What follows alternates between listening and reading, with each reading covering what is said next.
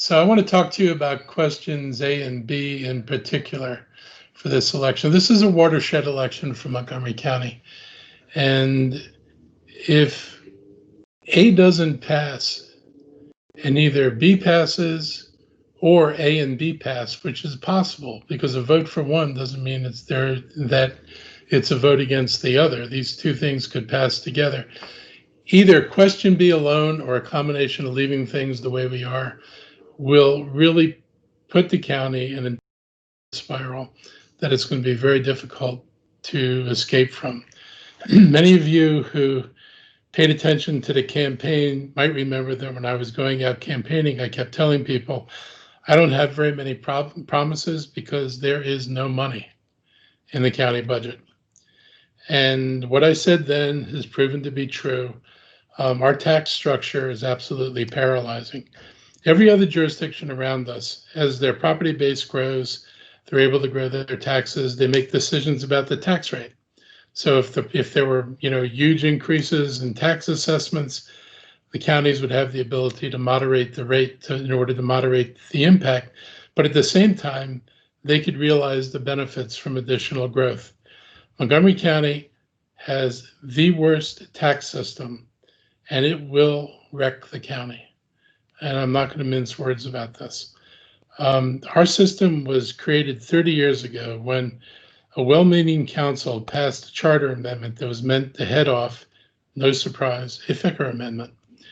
And so the charter amendment that was passed limited the county's growth in revenues to the previous year's property tax times inflation.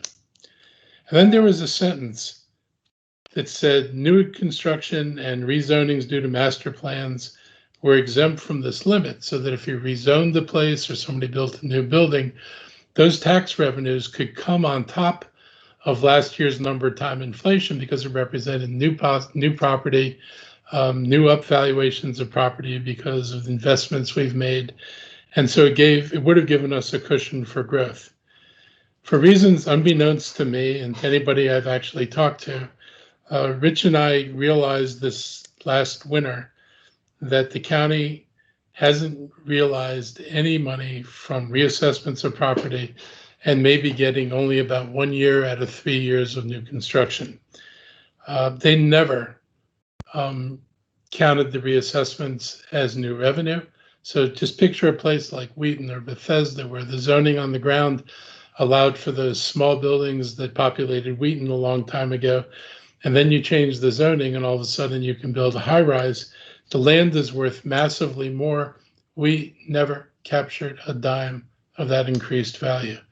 Same thing on new construction. When Marriott is finished being built and they finally pay taxes after the tax credits are gone, Marriott will pay the taxes that are due, but that money will count against the charter limit rather than being new revenues. And the result is that some people will get tax cuts in order to reduce the amount of money that the county raises. So we're not able to increase even with growth. No other jurisdiction is this paralyzed, and we are seriously this paralyzed. The charter allows right now 9 votes on the council to increase the revenues. The Amendment B would keep everything that's bad about the current charter in place and then change the 9-vote permission to raise revenues to an absolute prohibition on raising revenues. So every year we'd be limited to last year's property tax collections times inflation. So let me give you the nightmare scenario because it will be arriving in December.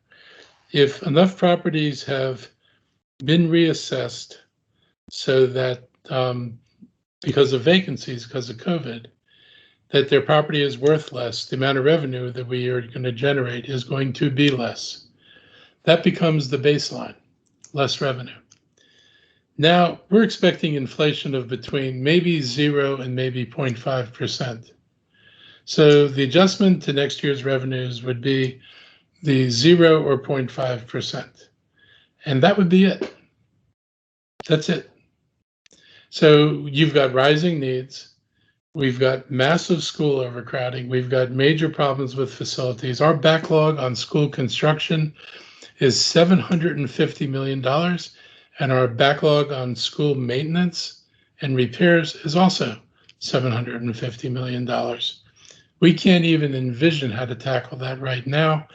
And if things get worse by passing B or by not passing A and killing question B, then that situation is only going to get worse.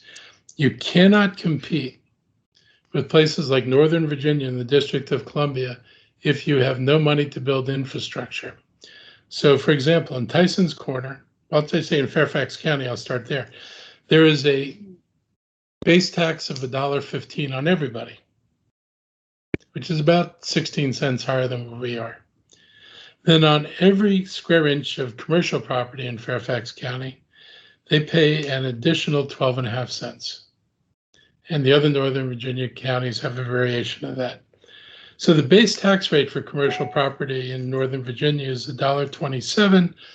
No wonder that Northern Virginia can contemplate projects like the Silver Line, and no wonder that Montgomery County can't even figure out how to do a bus rapid transit line down Route 29, let alone a network of transit options.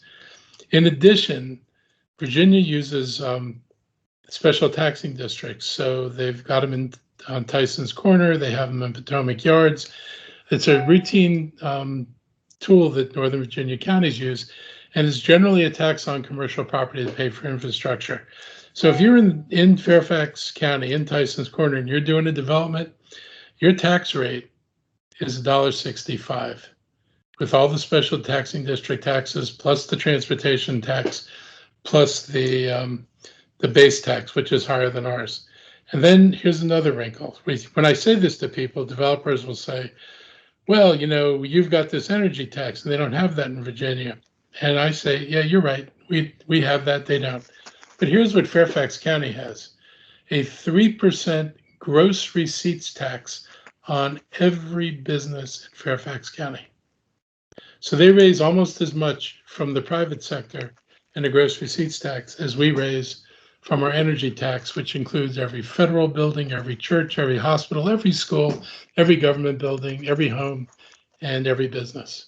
So our competition, if you want to look at it that way, if you think about why they're able to attract jobs, they're able to raise the money to make the investments to make their communities more desirable. We face a prospect where we're going to have less and less money to address needs that continue to grow in this community. And if you want to see a real example of the difference of how all this plays out, you can look next door at the District of Columbia, where the residential property tax rate is 85 cents and the maximum commercial property tax rate is $1.85. It has a profound effect on the residential tax rate, as well as making sure that the District of Columbia can build the infrastructure that they need. So I am imploring you, please vote for question A, but remember that your job's not done. If you only vote for A and ignore B, and then B passes, then neither of these passes. A can pass and B can pass, and if they both pass, then we're stuck with the system we have today. So please, this is your county. We're trying to build a brighter future. We've got plans. We can see the things we need to do, and we know what we need to do, but we really need the residents of the county to step up and liberate us from a broken system.